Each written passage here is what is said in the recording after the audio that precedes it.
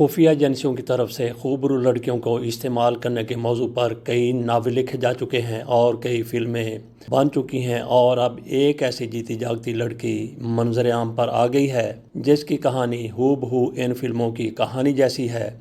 The सन के मुताबिक ये लड़की 36 साल आलिया रोज़ा है, जो रूस की शहरी है मगर अब अमेरिका, बरतानिया और जर्मनी में रहती है और अपने आबाई मुल्क नहीं जा सकती क्योंकि कभी वो जासूस हुआ करती थी, मगर वो अपने एक टारगेट की मोहब्बत में गिरफ़्तार हो गई और फिर उसको अपना मुल्क छोड़ना पड़ गया। अब रोज़ा फैशन इंडस्ट्री से वाबस्ता है और कामयाबी की नई बुलंदियों को छू रही है। वो सोवियत यूनियन में पैदा हुई थी, उसका बाप सोवियत फ़ौज में जनरल के ओहदे पर फायज था और उसी की ख्वाहिश पर आलिया भी फ़ौज में भर्ती हो गई। आलिया का कहना है कि भर्ती होने के बाद मुझे मुतअद्दिद बार जिनसी ज़्यादती का निशाना बनाया गया और फिर मुझे जिस्म फ़रोश लड़की का रूप धार कर मुख्तलिफ मर्दों के साथ ताल्लुक़ कायम करने और उनसे खुफिया मालूमात उगलवाने के मिशन दिए जाने लगे। अकेडमी में आने के 2 हफ्ते के दौरान ही मुझे मेरे कई कुलीग्स ने जिनसी ज़्यादती का निशाना बना डाला था, लेकिन मैं कुछ भी नहीं कर सकती थी। क्या मैं पुलिस की शिकायत पुलिस से ही करती? आलिया ने बताया कि पूरे का पूरा सिस्टम ही करप्ट था और अब भी है। मैं अपने वालिद को भी नहीं बता सकती थी कि मुझे जिनसी ज़्यादती का निशाना बनाया जा रहा है, क्योंकि इस तरह उनकी साख तबाह हो जाती। मुझे और मेरे साथ मौजूद दीगर कई लड़कियों को मिलिट्री एकेडमी में मर्दों को वर्गलाने, अपनी मोहब्बत में जाल में फंसाने की तरबियत दी गई। हमें सिखाया गया कि हमें किस तरह मर्दों के साथ जिनसी ताल्लुक़ कायम करके उनसे राज उगलवाने हैं।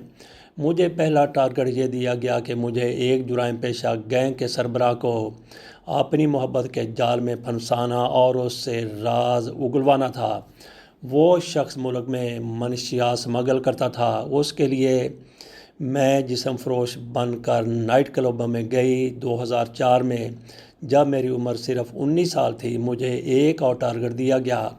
उस शख्स का नाम व्लादिमीर था, वो भी एक जुराइम पेशा गैंग का सरगर्म था। आलिया का कहना है कि मुझे व्लादिमीर से राज उगलवाना थे, लेकिन मैं उसकी मोहब्बत में गिरफ़्तार हो गई। हमारा खुफिया मुआशका 9 माह तक चलता रहा और फिर व्लादिमीर के गैंग के लोगों को इल्म हो गया कि मेरा ताल्लुक़ फ़ौज से है और मैं जासूसी के मिशन पर हूँ। उन्होंने मुझे अगवा किया और एक गाड़ी में डालकर घने जंगल में ले गए। वहाँ घोप अंधेरा था। 10 मर्दों ने मुझे वहाँ तशद्दुद का निशाना बनाना शुरू किया और काफ़ी देर तक पीटते रहे। ताहम व्लादिमीर ने मुझे उनके हाथों कत्ल होने से बचा लिया। व्लादिमीर को उसके 1 माह बाद कत्ल कर दिया गया। मुझे पता चला कि उसे उसके गैंग के लोगों ने ही गोलियां मारी थीं। मेरा व्लादिमीर के साथ मुआशका फ़ौज को भी मालूम हो गया था, जिस पर मैं मुल्क छोड़कर फ़रार होने पर मजबूर हो गई और उसके बाद मैं कभी रूस वापस नहीं जा सकी।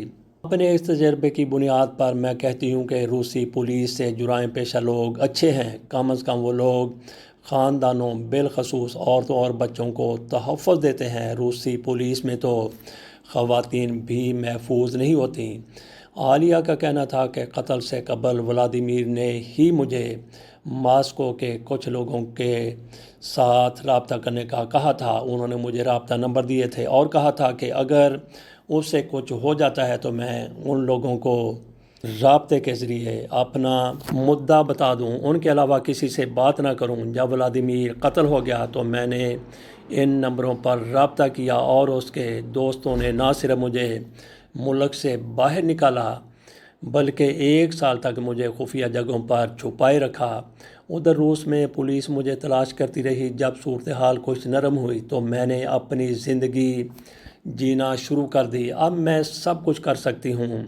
आलिया रोज़ा ने फॉक्स न्यूज़ को इंटरव्यू देते हुए मज़ीद कहा कि ये सिर्फ जिनसी ताल्लुक़ नहीं, इससे बहुत आगे है। ये सब मवासलात के फ़न के बारे में है। हमें सिखाया जाता है कि किस तरह कपड़े पहनना है, मेकअप कैसे करना है, अपने आप को कैसे पेश करना है, अपने अहदाफ के ساتھ کیسے بات کرنی ہے اور اپنے اہداف کو آپ پر اعتماد اور آپ پر بھروسہ کرنے کا طریقہ سکھایا جاتا ہے۔ یہ لوگوں کی، مجرموں کی، مردوں کی نفسیات کے بارے میں ہے۔ یہ مردوں کے نقطہ نظر کو سمجھنے کے بارے میں ہے کہ وہ حقیقت میں کیا چاہتے ہیں۔ جب آپ کسی کو بہکاتی ہیں تو یہ بہت ہی آسان ہے، جیسے کہ اچھی تعریفوں سے شروع کرنا۔ مثلاً مجھے آپ کی جیکٹ پسند ہے، یہ اس لمحے سے مطابقت رکھتے ہوئے کچھ خاص اور مناسب ہونا چاہیے۔ اس سے لوگ آپ کی طرف متوجہ ہوں گے، وہ آپ کو پسند کرنے لگیں گے، اور جب آپ جان لیں گے کہ بات چیت کی شروعات کیسے کی جائے تو لوگ آپ کے لیے بہت کھلے ہو جائیں گے، وہ بہت دوستانہ ہو جائیں گے۔ آپ سیکھتے ہیں کہ معاشرے میں شائستہ، دوستانہ اور عزت دار کیسے بننا ہے، اور اس کے لیے جنسی تکنیک موجود ہیں۔ یہ آپ کے ہدف کو آپ کے جنون میں مبتلا کر دیتی ہے۔ یہ بالکل مختلف کھیل ہے۔ کم تنخواہ کے باوجود وہ اپنی حب الوطنی کی وجہ سے یہ کام کرتی رہیں اور کسی کی جان بچانے والے ہیرو کی طرح محسوس کرتی تھیں۔ لیکن وہ کہتی ہیں کہ میں نے کبھی اپنے آپ سے یہ نہیں پوچھا کہ میں ایک ایسے جسم میں کیسا محسوس کرتی ہوں جس کے بے ڈھنگے مردوں کے ذریعے مسلسل بدسلوکی اور عصمت دری کی جاتی ہے۔ انہوں نے روسی حکومت کی طرف سے خود کو استعمال شدہ محسوس کیا اور بعد میں محسوس کیا کہ وہ ماسٹر مینوپولیٹر کے طور پر برین واش کی گئی ہیں۔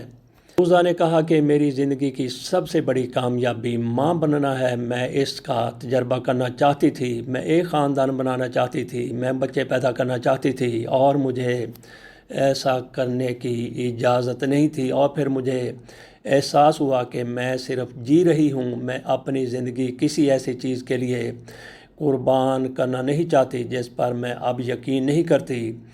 یہ وہ لمحہ تھا جب میں نے فرار ہونے کے امکانات تلاش کیے اور اپنے بیٹے کے ساتھ ماسکو سے بھاگی، کیونکہ وہ اسے ایک بہتر زندگی دینا چاہتی تھیں۔